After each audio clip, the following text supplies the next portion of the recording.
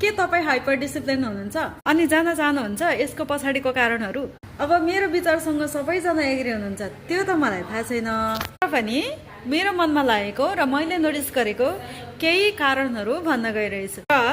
कारण नम्बर 1, हाम्रो बालापनमा हामीले धेरै क्रिटिसिजमहरूको फेस गरेको हुन्छ, जसले गर्दाखेरि हाम्रो माइन्डमा म चाहिँ पर्फेक्ट छैन भन्ने कुराको बीज हाम्रो दिमागमा बसेको हुन्छ। त्यसले गर्दाखेरि चाहिँ हामी कहिले पनि पर्फेक्ट छैनौँ, म फुलफिल छुइनँ, म राम्रो छुइनँ भन्ने चाहिँ सेल्फ क्रिटिसिजम हाम्रो सबकन्सियस माइन्डमा बसेको हुन्छ। अब यो किन हुन्छ, कसरी हुन्छ भनेर फेरि यहाँहरूले सोध्नु होला, म त यस्तो फिल गर्दिनँ, आइ एम भेरी पर्फेक्ट भन्नु होला। हजुर, सर्फेस लेभलमा सबैजनाले यस्तै सोध्छन् र हाम्रो इनर सेल्फलाई कहीँ न कतै थाहा हुन्छ कि हामी पर्फेक्ट छैनौँ। मतलब यो होइन कि तपाईँ पर्फेक्ट हुनुहुन्न, यो चाहिँ अरूले हाम्रो माइन्डमा बसाइदिएको एउटा छाप हो सानैदेखिको। त्यस पछाडि मैले अझै राम्रो हुनुपर्छ, पर्फेक्ट हुनुपर्छ भन्ने चाहिँ हाम्रो माइन्डमा जहिले पनि भइरहेको छ। अनि म राम्रो छुइनँ कि, म पर्फेक्ट छैन कि, म पर्फेक्ट छुइनँ, म अरू जस्तो छैन भन्ने हामीमा चाहिँ एउटा छाप बसेको हुन्छ र हाम्रो सोचाइ पनि त्यस्तै हुन्छ।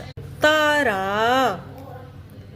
एउटा सानो बच्चालाई जसरी आफ्ना आमा बाबाको माया चाहिन्छ, हक चाहिन्छ होइन, त्यो बच्चालाई केही थाहा हुँदैन, राम्रो नराम्रो केही थाहा हुँदैन।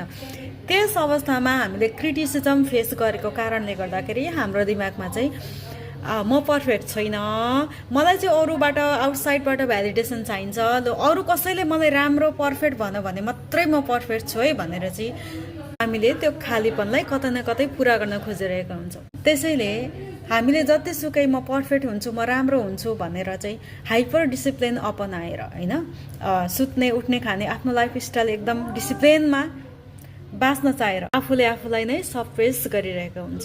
नेचर भनेको प्लान्ट जस्तै हो, रुख बिरुवाहरू जस्तै हो। तपाईँ एउटा प्लान्टलाई डोरीले बाँधेर धागोले बाँधेर राख्नुहुन्छ भने त्यसले कुनै पनि प्रकारको फल दिँदैन र त्यसले हाँगा बिगा पनि उब्जाउन सक्दैन। त्यसैले आफ्नो प्रत्येक व्यवहारहरूप्रति सजग हुनुहोस्, साक्षी भाव राख्नुहोस्, आफ्नो विचारहरूप्रति हेर्नुहोस्, मैले किन यस्तो गरिरहेछु भनेर हेर्नुहोस् र आफूलाई फ्री छोडिदिनुहोस् है। जब तपाईँ फ्री हुनुहुन्छ त्यस पछाडि मात्रै तपाईँ पर्फेक्ट हुनुहुन्छ है त।